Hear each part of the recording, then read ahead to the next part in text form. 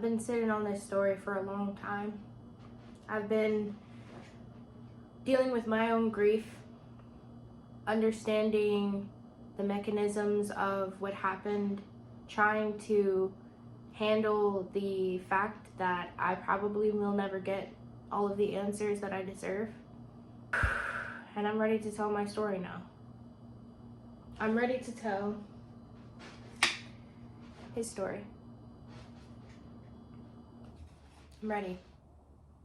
On November 4th, around 2 to 3 o'clock, I got a call from my aunt. She was hyperventilating, telling me that something had gone wrong with my dad. She wasn't sure what was wrong. And at the time, I wasn't speaking to my dad, not often. We were in a fight, which doesn't seem important now, but I had moved out of the house, and me and him only talked about business most of the time, about writing his book. And on that day, I was actually writing a chapter for his book when I got the call. She told me that something happened. She wasn't sure what, but she was worried, extremely worried. She was crying on the phone. She told me I needed to call the police immediately. So I did. I hung up the phone.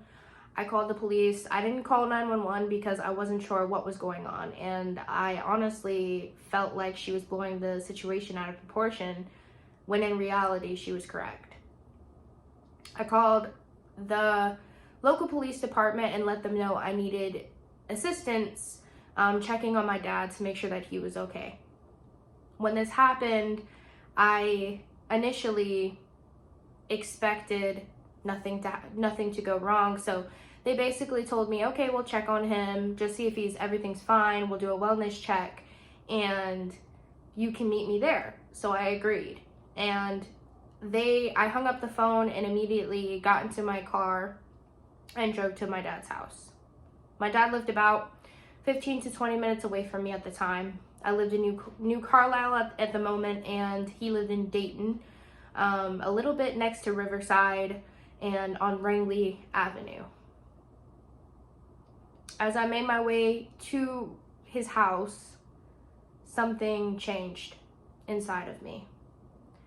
And I had the knowledge that he was gone before I even knew.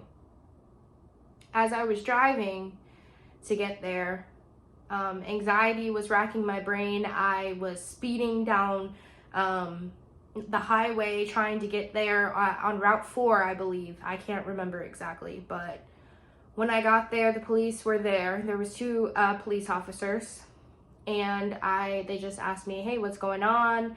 What's the situation? When's the last time you talked to your dad? And I was also on the phone with my sister, Alexis, and we were talking about it, and she said she hadn't heard from my dad in a day. And for my dad, James Clay, that is not common. That's not something that he does. He doesn't just go MIA and not tell anybody what's going on with him, because that's not the type of person he is. He always makes sure he takes the time to reach whoever called him back or answer right away, because he was always in the loop with everybody's lives because he cared so much. So everybody tried calling him. Alexis tried calling him. My aunt tried calling him. He would not answer his phone. And so when I got there, they asked me, do you know where your dad is? And I said, no. How would I know? I said he does truck driving, so he may be, working, but if he's not answering his phone, there's something wrong and he has to be here because there's nowhere else he would go. And as I'm unraveling this to them, they're asking me to call, his job, and I don't have his job's number, so I'm contacting other people and hyperventilating at the same time and trying to figure out what exactly is going on. And I called his friends, and then I called his boss and asked him if he was on, the road, because sometimes when he drives, he doesn't answer his phone because he's driving the truck. And as I got through to his boss, they said, oh, he was supposed to go on a trip, but he ended up not going because he was supposed to meet with the senator of Ohio, specifically for the cause of the criminal justice system, helping returning citizens come back into society. That was his motto. That was his message. His message for Battle Tested, he worked under a nonprofit called Battle Tested LLC, and the motto for it was, the battle test is not about winning or losing, it's about learning and growing from it. And he encouraged people to constantly and consistently try and never give up. And he always reached out a helping hand to people. At any time he knew that he could help somebody, he did it. He didn't need people to ask him. And if they did, he did it right away, and he did what he could. So, back to the scene of his home. I couldn't figure out where he was, and they were not allowed to open the door or break the door down, basically, to get a wellness check, because nobody was answering the door, obviously. So they had to wait until the detectives got there in order to open the door. So while I waited for that, I was talking to my sister on the phone, Alexis, and I was just telling her, I think he's gone, he's not here. I was freaking out, anticipating them telling me that he's no longer here. And if you know my dad, or if you don't know him, you wouldn't know how healthy he is. He's extremely healthy. He made it a point to be very consistent in his health and wellness, and always was very adamant about having discipline for himself, for his diet, and for his exercise. So there was no way he could have just had a heart attack in the house and not called anybody back. I knew that it was much more sinister than I anticipated, honestly. And she tried to calm me down, let me know that we don't know the situation yet. And when the detectives showed up, they were about to go into the house, and I was sitting directly outside of his house, and they told me to move my car. They wanted me to move a few houses down so that I was away from the scene as they uncovered it. And they walked into the house. They used his AC unit to get into the house, because they just pulled it out the window, slid through the window, and unlocked the door from what I could see. I stayed on the phone with Alexis the entire time. I was on FaceTime with her, and they were in there for a while. It wasn't a walk-in and walk-out situation. It was a 5-10 minute wait before they gave me any news. So that to me was a surefire red flag that something bad had happened. Something very bad. Something evil. And as I continued to wait in anticipation for the truth, the knowledge of what happened, the police came outside and they started to pull out the caution tape, the yellow caution tape that you see on crime shows, that you normally see when something bad happens or something sinister happens or when a murder happens, and they started wrapping it around the house. They did not come to me first before doing that. And as they started wrapping around the house, the unbelievable happened. The despicable happened, because I knew in that moment that he was gone. Really, he was really gone. And I started losing it before they even told me the truth and told me what happened, because they didn't even have the audacity to tell me that he was dead before they started wrapping the house up. And then a few officers noticed that I was waiting, and then they finally came up to me after they had already started the process. And while I was sitting in my car, holding my phone, my sister anticipating on the other end of the line in Virginia, while I'm in Ohio, they walked up to me and said, "I'm sorry to tell you, but your father has passed away." At 22 years old, I lost my dad to a murder. Not a heart attack, not cancer, You know, not some weird car crash or any kind of circumstance that happens normally, regularly, often, common. I'm saying that those things aren't hard to deal with. I'm not saying that at all. I'm saying the impossible happened. The most sinister thing happened that you see on TV that you don't think would ever happen to you happened to me that day. When they told me he passed away, and I lost it. My sister lost it. She was hysterical. She hung up the phone, and I was just sitting there bawling. And you know what they told me? They told me to calm down. They told me to calm down. How can I calm down when the impossible, the worst possible thing that could ever happen to me happened? It happened. And it happened in a way that was so violent, so aggressive, so gut-wrenching, that I was just supposed to say, okay, officer, I'm calm, thank you. Thank you for that information and that knowledge. Let's just wrap up the case now. I am so disappointed in how the case happened. I am so disappointed in the police officers of Dayton, the county itself, Montgomery County, because this could have been prevented.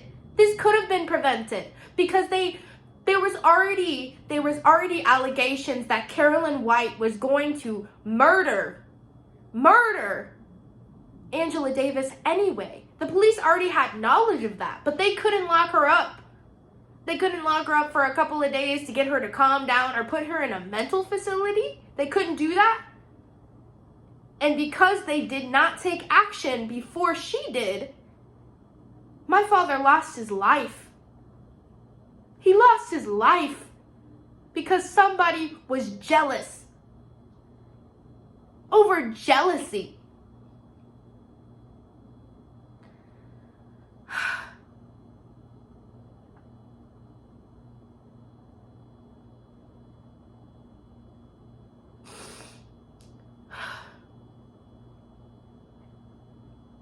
And as they told me what they told me, I asked them, is Carolyn White in the house? Because I already knew her character. Because I already knew who she was the day that I met her. And they said yes. And I said, is she dead? And they said, yes. I didn't need any more facts from them. I didn't need to know the knowledge that they were going to give me based on what they saw on that scene, in the murder scene, because I already knew what she did. Because I knew her. Carolyn White was my dad's friend. A very close friend of his that was involved in battle tested, heavily involved in his community, and she was jealous. She was obsessed with my dad. She was obsessed with who he was. She wanted him. She wanted him in its fullness, and he did not want to give that to her. And I knew that from living with him, from interacting with her on a regular basis, because she lived 3 houses down. You go 2 houses, there's 2 apartments right next to his house. You turn left, and a couple apartments down, she lived right next to him. Right next to him. And I believe that she murdered her husband before she killed my dad. The one she said killed himself, it's bullshit to me. As we get into this story, it's going to be a lot. A lot. It's a lot for me. It's a lot to unravel. It's a lot to uncover. It's a lot to process. That's why it's taken me so long to actively tell you all what happened. And I'm not scared of anybody's reaction because this is my story. This is where I just came from. This is where I rose out of the ashes from the deepest, darkest pits. So as I waited for them to uncover more details of the case and go through the house, find any evidence, I was told to calm down. They gave me a few minutes, maybe 20 to 25 minutes. I started calling all the people that I knew that needed to know. I called my mom first. Then I was still hysterical in that moment. I had no idea what I was saying. I was just delivering messages in the worst possible way, to be honest with you.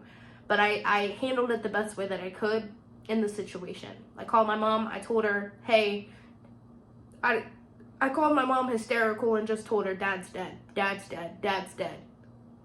And I hung up the phone. And then I called my Aunt Angie. Dad's dead. I called multiple people and just let them know what was going on. And being the first person on the scene, being the first person to really have the responsibility of telling everyone what happened was extremely hard for me. I didn't want the responsibility of that. I did not. It's not something I wanted. It's not something I asked for. But I had to push through, and I had to show up for my family. So the officers took me into the backseat of their police car. They wanted to question me.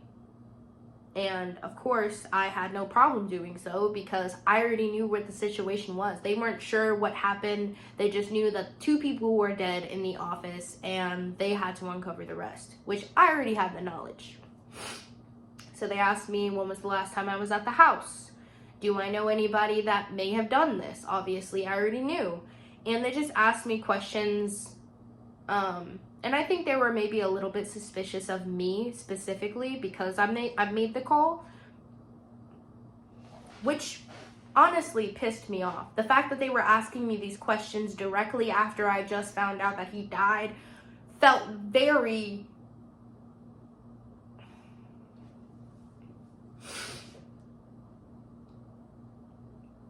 It felt very inhuman. It felt very inhumane to me that they were not able to give me the chance and the room to actually breathe before they decided to ask me all these questions.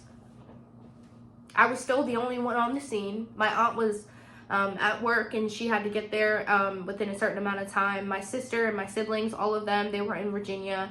The only sibling that I had within the state was Jane, my sister, and she was not there yet because she didn't receive the news. So when I finally got out the car and I had to sit across the street and wait for them to tell me all the information that they needed to tell me, I saw my aunt and she was in the middle of the street sobbing. And I can't explain to you how the loss felt, because my dad has always been the glue to our family, has always been the go-getter of our family, the person that always believes in the more of the world, the person who always was optimistic, who trusted in God, who understood where his journey was, why God put him there, and then made the best out of every situation. That was the type of person he was. And then he was gone. Like that. Like that.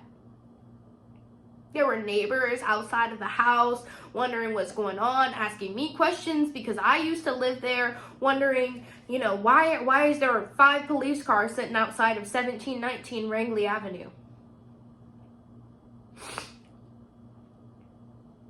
And so we waited, and as family members started showing up and extended family started showing up to wait, we waited and waited and waited, and then my grandma called me.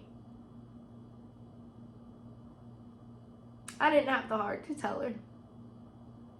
And we wanted to know the full scope of the story before we told her what happened. So we waited. And we waited. And we waited. And it didn't take long. It felt like an eternity, but they barely touched the surface of what they could have done in that situation. And I believe that it's because they were both previously felons. I don't think they gave that case its full advantage and its full scope. They did not try to uncover anything, any additional information. We were totally, completely left in the dark about what happened to Carolyn, how it happened with Carolyn. And I think they were too lazy to really uncover the truth.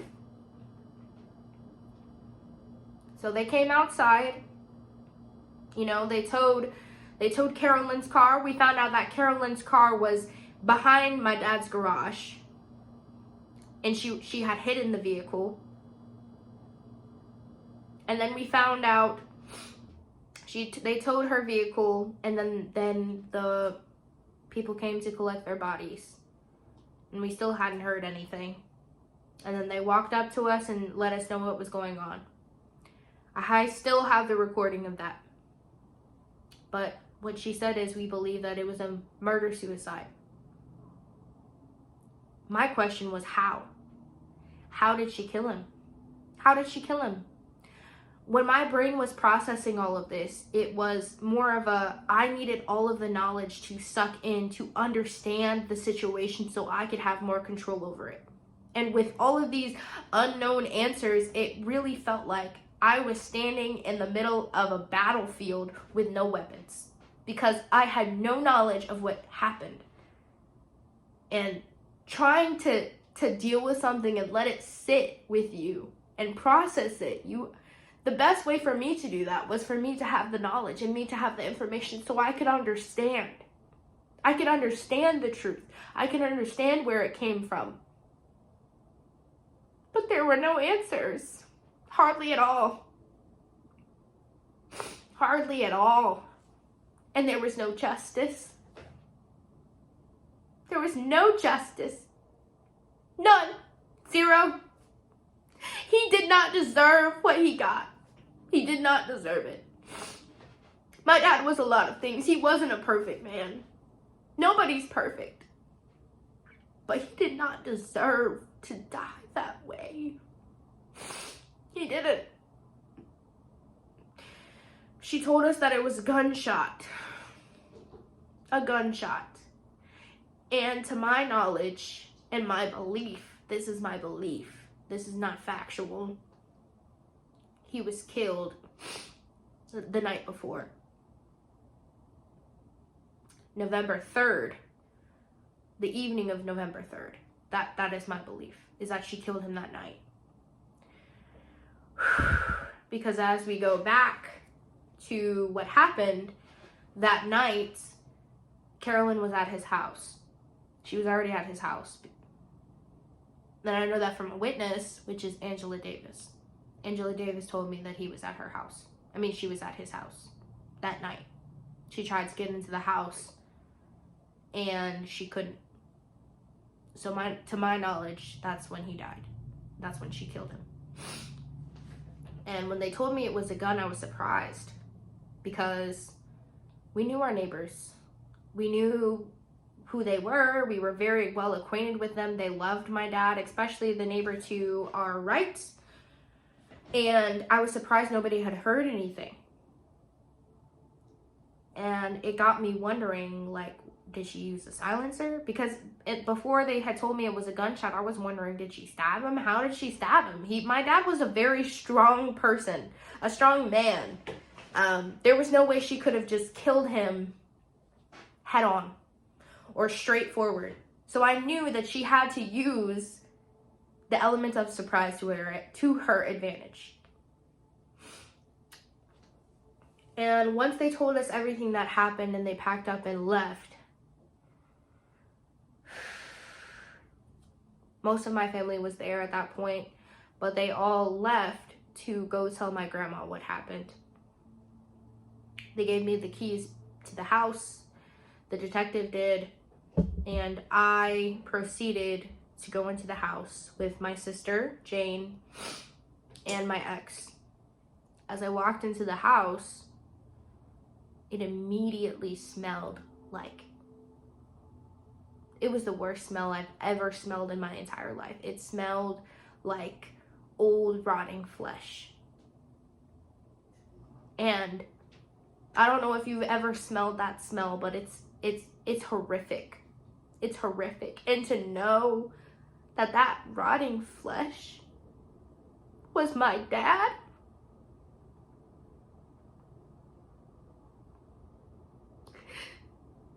was my father.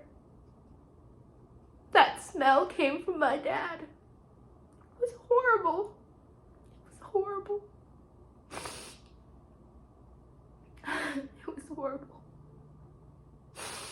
And I walked in the house and I looked around to try and find out where it happened. And I walked into his office and there it was. The office was torn apart. His desk was originally facing the wall, had been toppled over. His chair that he sat in when he worked had been toppled over as well. There was blood everywhere, all over the floor. And it seeped into the basement and dripped down into the basement. There was blood just all in the basement, everywhere. It was horrible to see. It was something I thought I would never witness ever in my life. And to know that that was my father's blood and his killer's blood. And they left it there. They didn't even cover it up. They didn't bother to cover it up. They didn't bother to do anything in that situation. They just left it as it was, like it didn't matter. Like he didn't matter. Like he didn't matter, and he mattered. He mattered so much. He mattered.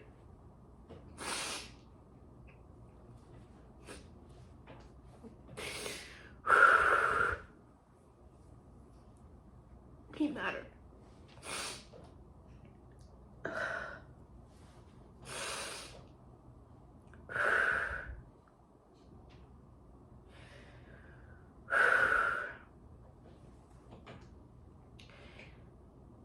And when I saw the blood on the chair,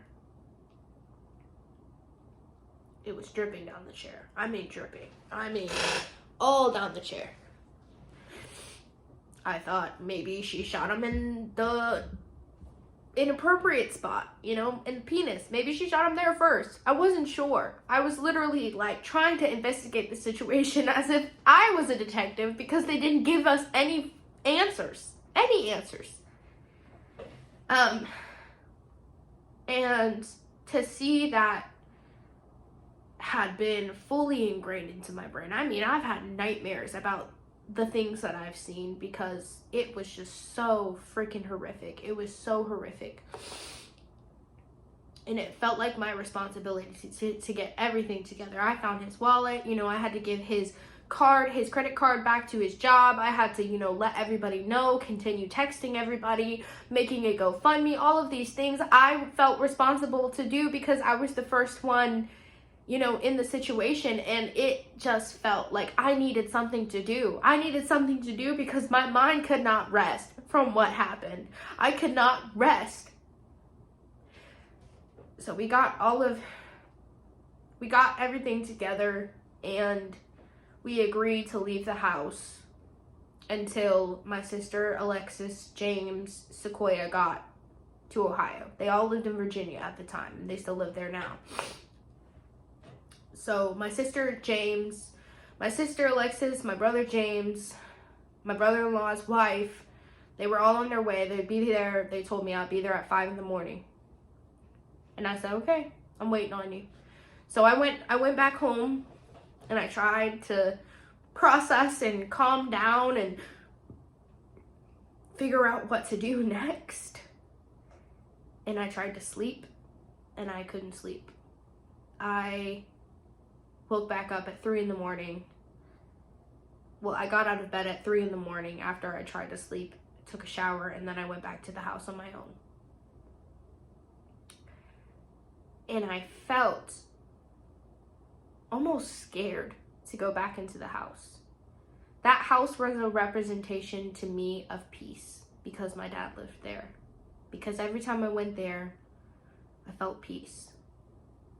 But when I showed up that night or that early morning, I was scared because it had been marked with blood, with evil. I walked into the house and I didn't want my siblings to see that. I didn't want the rest of my siblings to see what I'd seen. I cleaned it up. I covered it up with, I covered it up. I covered up the blood as best I could. I tried to cover it up with towels and different things, and I started to go through the house because I didn't know what else to do. So I gave myself tasks. Okay, I'm gonna start going through the house, going through his office, starting to get shit done, because who else is gonna want to do it at this point? And I went through the house for a couple of hours, and then they finally showed up, and we started kind of working on the house together, but we were all exhausted. So my brother and my sister-in-law went to my grandmother's house on my mom's side, and they rested. And me and my sister Alexis got a few of my things so that I could stay with her and her friend during the time, because I didn't obviously want to be alone. I wanted to be with somebody that knew what I was going through. And then we decided to go to my aunt's house, even though we hadn't slept. Neither of us had. And during the course of that day, we didn't sleep for 24 hours, over 24 hours, I would say, because of just the stress of it all, figuring it out, trying to understand it. And eventually we got to the point a couple of days later where we got to see his body. At the funeral home, and I wanted to see it so I could have more knowledge. All I knew was that he died. It was by gun, and that was it. So I wanted to see his body before they cleaned it up. I had to sign a release form, and when I looked at him, his head, the crown of his head from here to here was open. They had stapled it together. The gunshot had hit him in the back of the head, and that's how he died. And from the scene that I saw from the office before it was touched, if the police hadn't touched it, seemed like he struggled and he tried to fight his way out. From my understanding and my knowledge and what I believe, he was sitting at his desk. He had let Carolyn in, and he was sitting at his desk working. She came up behind him and shot him in the back of his head, caught by surprise. The blood fell down the back of his chair, into the chair, and he fell back and died on the floor. Now, I don't know what happened to Carolyn. I know she killed herself. I know that she planned this. I know it was premeditated, because she had been looking for a gun for months, because she kept saying somebody was stalking her. But I knew her character. I knew the backstory, and I'm going to make another video to explain my situation on how I knew who she was before this happened, because it's a lot. And I'm not sure why she decided to follow through and kill him. I don't know why she decided to kill herself either. I don't think that was premeditated. I think she planned to run, because the car wasn't originally parked that night before the night that he died, that I believe that he died. Her car was parked on the side of the road, not behind the garage. She moved her car. So in my knowledge, I think after she killed him, she had regret. And she knew that she was going to be caught. Either she knew she was going to be caught and she was going to go back to prison, or she couldn't deal with the guilt of what she did. So she killed him. She killed herself. And one of the two. She killed herself either from the guilt, or that she didn't want to go back to prison and she knew she would. And that's the story. That's the story of what happened to him, how it happened to him, what I believe is true and what I don't believe is true. There is so much more to uncover as I continue. We got the autopsy back. There was no extra knowledge, no additional knowledge.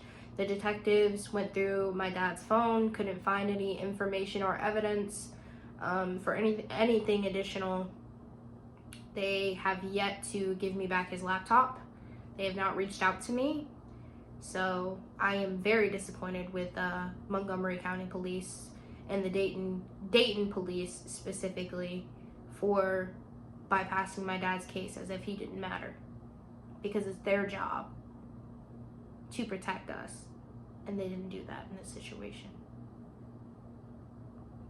They didn't. And my dad was very loved. He still is. And I know he's here with me every single day. And I try to use my grief to make my life better. Turn my pain into passion in any way that I can. But my dad's story deserves to be told. He deserves justice for what happened.